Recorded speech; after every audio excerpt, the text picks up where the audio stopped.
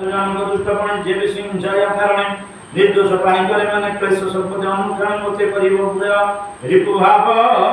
तेबे से बेगे दियाछ जीव एके यार निज सुत होइब गोविंद भगत समतर से साधु धीरे प्रहलाद नाम ताहारे ताहाको असुर रंगिब कोपे अनेक दुख देव ताहाको संपत्ति रखिबे ब्रह्मार मन विनाशिबे उश्वास करि महिबार दुख निवासिबे तुमर बोलंग द्वार हरि बोल नारद वाचन ए मंते विष्णु वाक्य सुनी देवे न मिले चक्र पाणी गोविंद वचन विश्वास जानिले निश्चय देवनाश विष्णु पाद पद्म नमी देवे चलिले निज भूमि एवे हो सुण धर्मसुत दखत प्रहलाद चरितम जहा सुनते प्राणी देहे अशेष दूरी तन रहे हिरण्यकशु